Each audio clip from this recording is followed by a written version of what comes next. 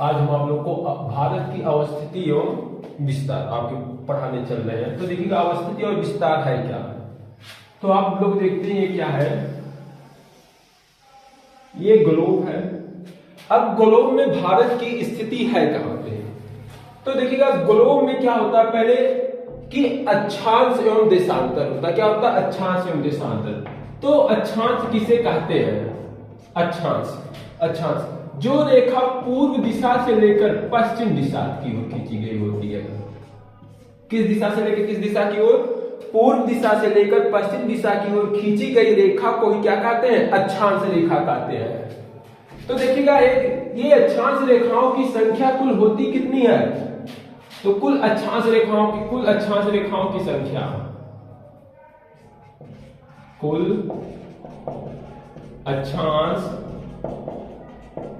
रेखाओं की संख्या, तो कुल अक्षांश रेखाओं की संख्या होती है 181 डिग्री। कितनी होती है? 181 डिग्री। तो देखिएगा ये रेखा पूर्व इधर कौन सी दिशा है? पश्चिम। तो पूर्व से पश्चिम में खींची गई रेखाओं को ही अक्षांश रेखाएं कहते हैं। अब देखिएगा, अब जो रेखा ग्लोब के बीचों बीच से खींची जाती है और पूर्व से पश्चिम दिशा की ओर अर्थात उसे कहा जाता है, कौन सी डिग्री होती है? 0 डिग्री। कौन सी डिग्री? 0 डिग्री। 0 डिग्री को कौन सी रेखा कहते हैं? तो 0 डिग्री को कहा जाता है विषुवत रेखा। कौन सी रेखा? विषुवत रेखा। अर्थात इसे ही कहा जाता है भूमध्य रेखा। भूमध्य रेखा। तो ऐसी कुल कितनी रेखाएं खींची गई हैं? तो देखिएगा ऐसे सब मिला के जो है आप जाते हैं, इसके ऊपर कितनी रेखाएं होती हैं? 90 रेखाएं होती हैं। जो भी रेखा पूर्व से पश्चिम दिशा में खींची गई होती है उन्हें क्या कहा जाता है? अक्षांश रेखाएं। तो देखिएगा ऊपर आप जाते हैं तो विषुवत रेखा के ऊपर जाने पे क्या होता है? उत्तर होता है। कौन सी दिशा होती है? उत्तर दिशा। तो इसे ही कहा जाता है उत्तरी ध्रुव। कौन सा कहा जाता है? उत्तरी ध्रुव। इसी प्रकार आप जब क्या होते हैं? विषुवत रेखा के नीचे आते हैं। कहां पे? विषुवत रेखा के नीचे। तो ऐसे कुल रेखाओं की संख्या कितनी होती है? तो ऐसे कुल रेखाओं की संख्या भी क्या होती है? नीचे आने पे 90। कितनी होती है? 90। तो ये जो 90 डिग्री, ये 90 डिग्री ये दक्षिण दिशा में है, तो इसे कहा जाएगा दक्षिणी ध्रुव। क्या कहा जाएगा? दक्षिणी ध्रुव।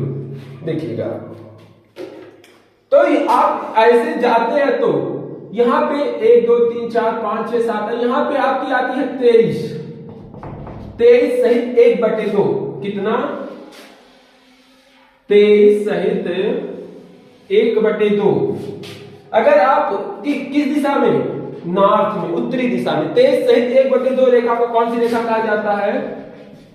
कर्क रेखा, जिसे आप ट्रॉपिक ऑफ कैंसर के नाम से भी जानते हैं। इसी प्रकार आप नीचे आते हैं 1 2 3 4 5 6 7 8 9 10। ये आप यहां पे कहां पे आ गए? 23 डिग्री साउथ। तो 23 डिग्री साउथ कौन सी रेखा? ये रेखा। तो 23 डिग्री साउथ यानी 23.5 डिग्री साउथ को कौन सी रेखा कहा जाता है? उसे कहा जाता है मकर रेखा। कौन सी रेखा? मकर रेखा। तो देखिएगा कर्क रेखा क्या होता है? 23.5 डिग्री उत्तरी अक्षांश को कर्क रेखा, 23.5 डिग्री दक्षिणी अक्षांश को मकर रेखा, और 0 डिग्री अक्षांश को कौन सी रेखा कहा जाता है? विषुवत रेखा या भूमध्य रेखा, इसे इक्वेटर के नाम से भी जाना जाता है। इसी प्रकार आप ऊपर कहां पे? 66.5 डिग्री। तो 66.5 डिग्री को क्या? आकर्षित रेखा। कौन सी रेखा? आकर्षित रेखा। इसी प्रकार नीचे 66.5 डिग्री को साउथ, इसे कौन सी? अंटार्कटिक रेखा। अंटार्कटिक रेखा के नाम से जाना जाता है। तो देखिएगा 0 डिग्री से 23 डिग्री उत्तरी अक्षांश के मध्य को क्या कहा जाता है? उष्णकटिबंधीय क्षेत्र। कौन सा क्षेत्र? उष्णकटिबंधीय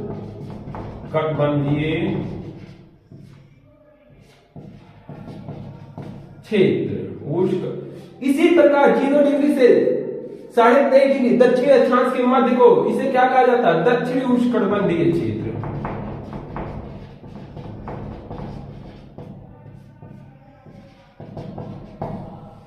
और 23.5 डिग्री से 66.5 डिग्री के मध्य को क्या कहा जाता है? उपोष्णकटिबंधीय क्षेत्र।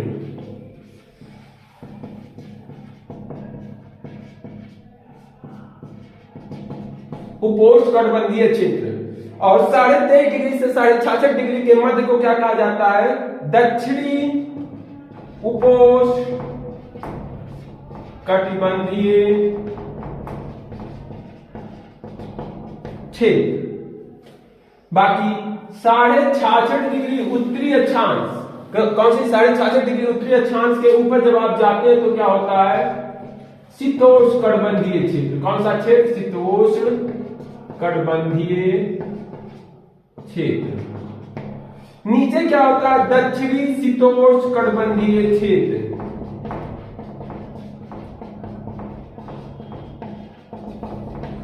तो देखिएगा, जो ये उष्णकटिबंधीय क्षेत्र है, इन क्षेत्रों में क्या होती है? सर्वाधिक गर्मी पड़ती है। क्या होती है? सर्वाधिक गर्मी पड़ती है। तो यहां पे देखिएगा, तो भारत की स्थिति है कहां पर इस ग्लोब में? तो भारत की स्थिति इस ग्लोब में ये आप देखिएगा, भारत के मध्य से ही क्या होके जाता है कि भारत के मध्य से ही जो है होके जाता है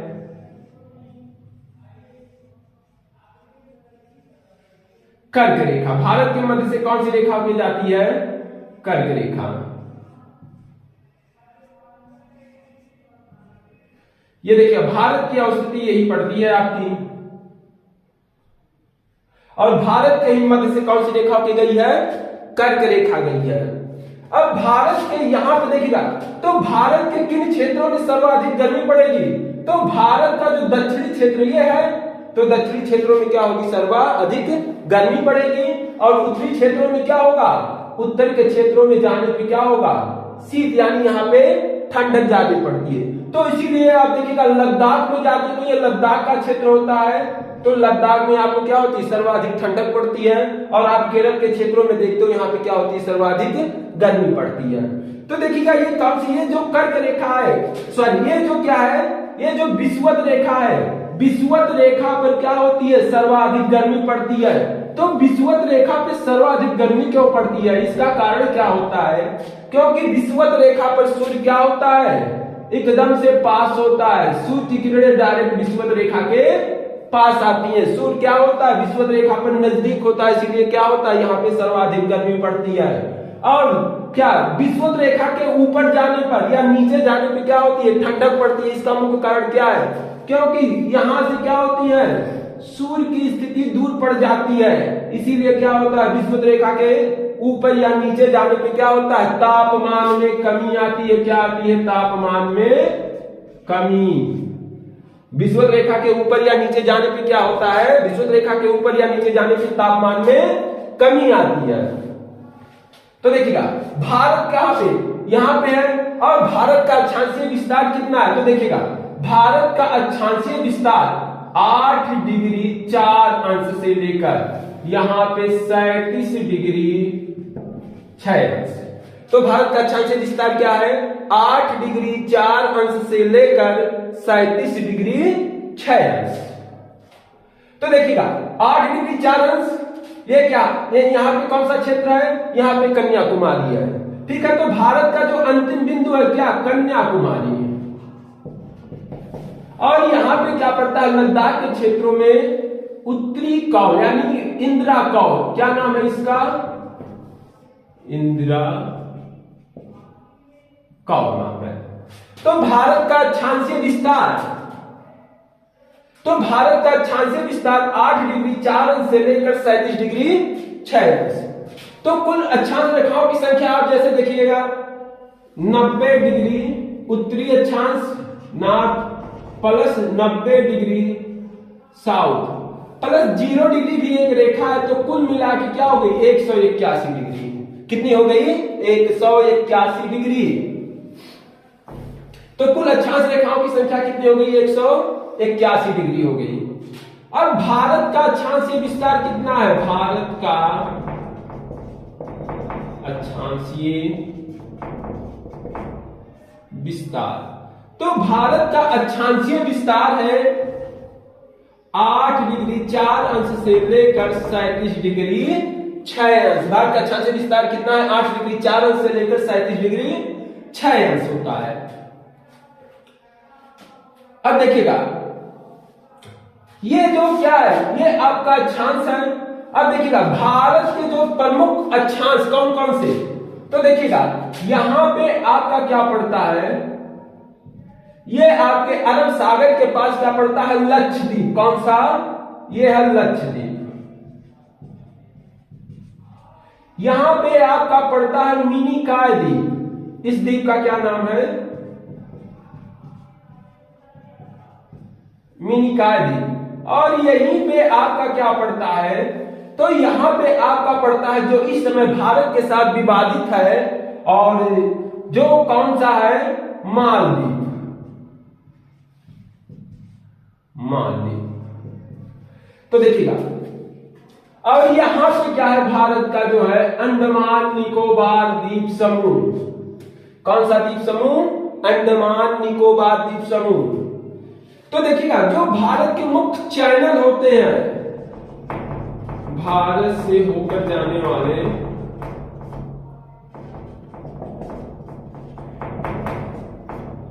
वाले मुख्य चैनल,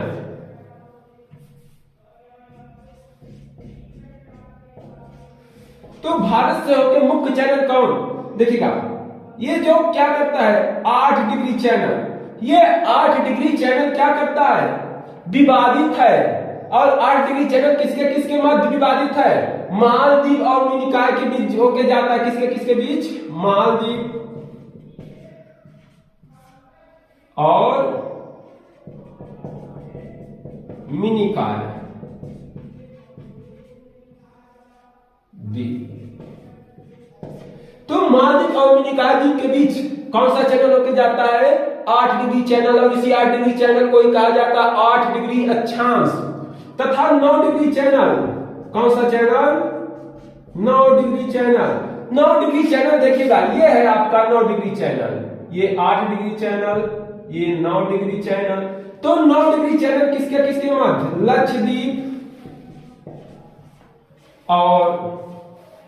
लक्षद्वीप और मिनिकॉय द्वीप। मिनिकॉय द्वीप। फिर देखिएगा यहां से क्या होती है 10 डिग्री चैनल। ये जो कौन सा? ये आपका अंडमान निकोबार द्वीप समूह।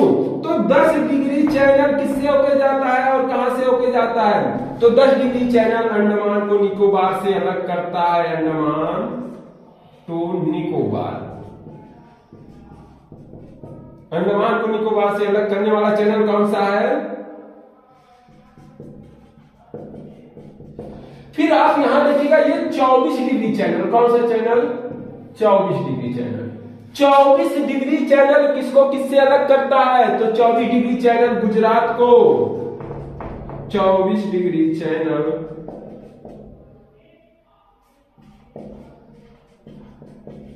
गुजरात को पाकिस्तान से अलग करता है। पाकिस्तान से अलग करता है। 24 डिग्री चैनल गुजरात को पाकिस्तान से अलग करता है। तो कभी कभी क्वेश्चन बनता है कि भारत का अक्षांश, भारत के मुख्य भूमि का अक्षांश, तो मुख्य भूमि का अक्षांश विस्तार 8 डिग्री 4 अंश से लेकर 37 डिग्री 6 अंश, अर्थात कन्याकुमारी से लेकर इंदिरा कौल। और देखिएगा ये जो आपका यहां पे है निकोबार द्वीप समूह में क्या है कि इंदिरा पॉइंट। कौन सा पॉइंट? इंदिरा पॉइंट। तो ये क्या, अगर क्वेश्चन बनता है कि भारत का केवल अक्षांशीय विस्तार, तो भारत का अक्षांशीय विस्तार,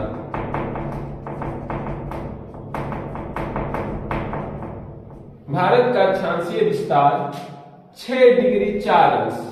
और ये 6 डिग्री 4 अंश कहां पर? यहां पे इंदिरा पॉइंट से लेकर 37 डिग्री 6 अंश, इंदिरा कौर, इंदिरा कौर। और ये जो यहां पे 8 डिग्री 4 अंश से क्या है, भारत के मुख्य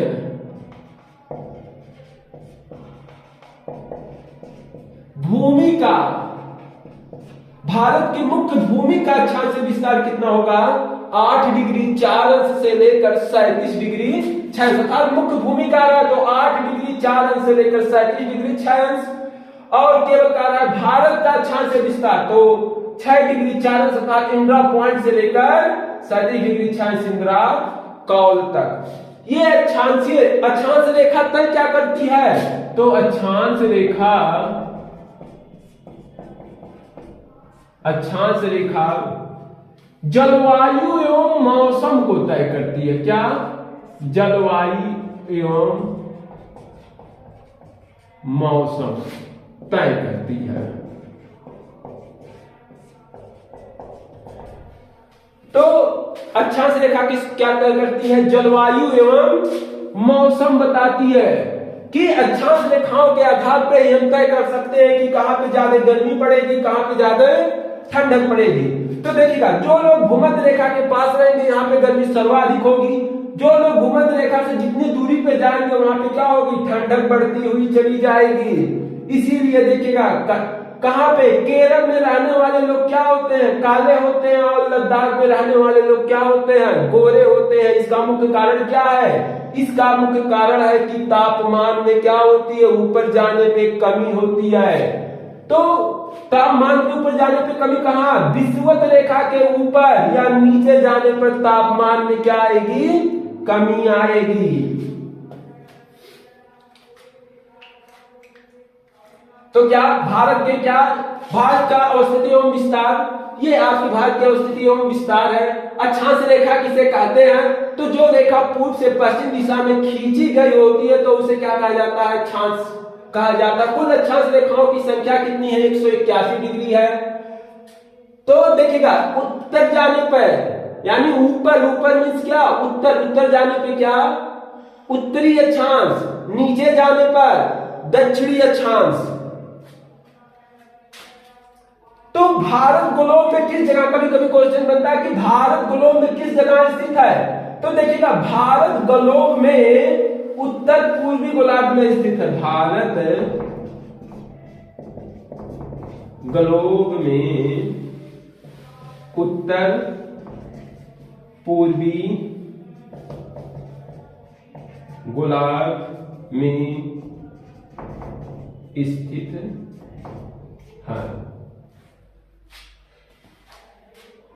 तो भारत गोलार्ध में कहां पे स्थित है, उत्तर पूर्वी गोलार्ध में स्थित है।